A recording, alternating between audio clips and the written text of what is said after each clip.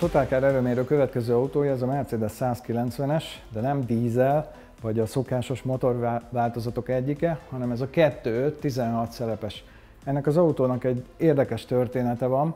Az elődje, a 2.3-as motor úgy született, hogy 1982-ben a Mercedes már részt vett a rally bajnokságokon, de V8-as modellekkel, SLC-vel, meg ami sikerül autóval, és a sportosztály úgy gondolta, hogy kellene egy könnyű, jól kezelhető autó, mert ezzel eredményesebbek lesznek a rallyban.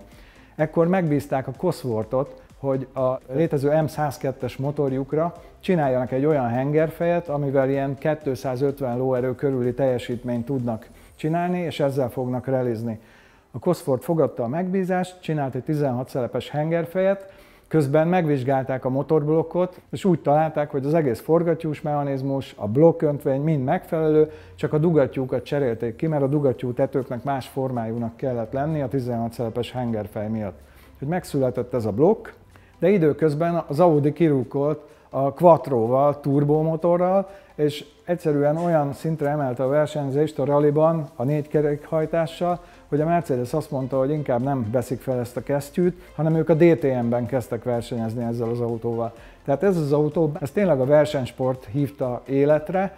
A másik kicsit szerencsétlen dolog ezzel az autóval, hogy ugye ez közvetlen konkurense volt a BMW E30-as M3-asnak, minden dologban hasonló adottságú autó, mégis valahogy abban az időben a piac kicsit kevésbé értékelte. Ez valószínűleg Mercedes image-ből is jött, mert nem volt ilyen jellegű sportos szedánja, a BMW-nek korábban volt, BMW jobban elismert volt ebben a kategóriában. Hiába volt az, hogy amikor egy az egybe összehasonlító tesztek voltak, akkor csak azt tudták mondani, hogy ez a Mercedes egy picit nehezebb, mint az E30-as, valójában egyáltalán nem volt rosszabb.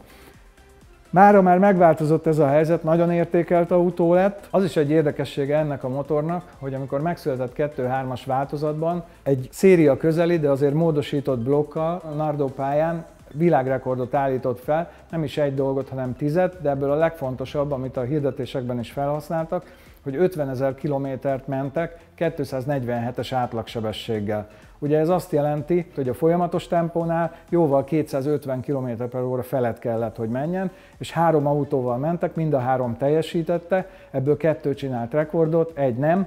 Úgyhogy ehhez nem fér kétség, ez egy nagyon jó motor, ez a 2.5-ös változat, és most meg fogjuk nézni, hogy a 195 lóerőt katalizátoros formában tudja-e itt a mérőpadon.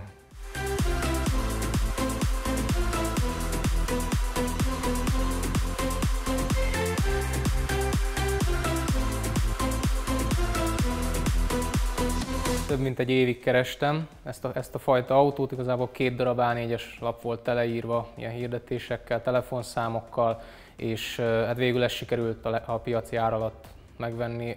Igaz, sérült volt az autó, kijavítottuk, és 2015 áprilisában kapott műszakit, 2014 év végén vásároltam, tehát nagyjából egy ilyen bő negyed év volt, amíg megcsináltuk.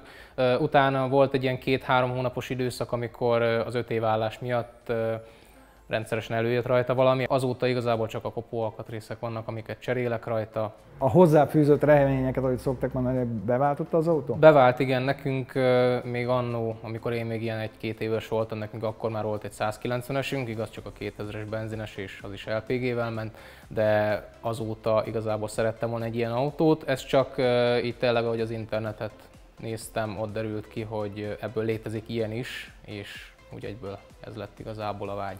Na, ez tényleg egy ritkaság, és nagyon sok ponton különbözik ez az autó a széria 190-estől. A kormány áttétel, a váltófokozat kiosztás, és ugye a motor, amiről már beszéltünk. Mit gondolsz a motor teljesítményéről? Ez katalizátoros változat, tehát akkor ennek 195 lóerősnek kellene lennie. Tippeljünk.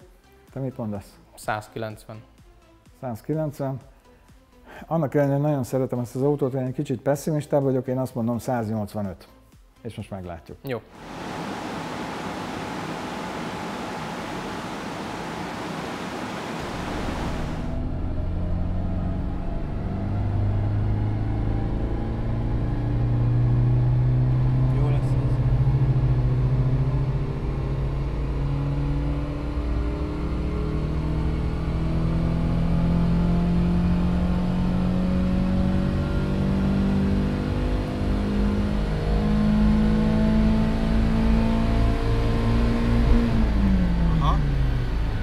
picit alul maradt, 177 lóerő, 7015-ös fordulaton. A nyomaték csúcs is lejjebb van, mint ahogy a gyári adat. Mi inkább arra gondolunk, hogy ezek az eltérések azért van, mert ugye ez már azért nem használják rendszeresen az autót, és pláne nem ütik. Ezt a motort forgatni kellene, ez a motor a felső tartományban van hangolva, 5000-től 5500-ig van a maximális nyomaték a papírforma szerint, és ugye 7000 fölé forog, és a maximális teljesítményeinek is 6009 környékén kellene lenni. Tehát akkor szoktak ilyenek lenni a görbék, amikor itt kicsit el van lustulva. Úgyhogy a feladat adott, hajtani kell, de te mit mondasz?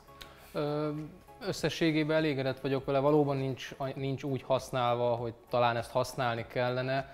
Tényleg inkább már hétvégi autó, igazából elégedett vagyok vele.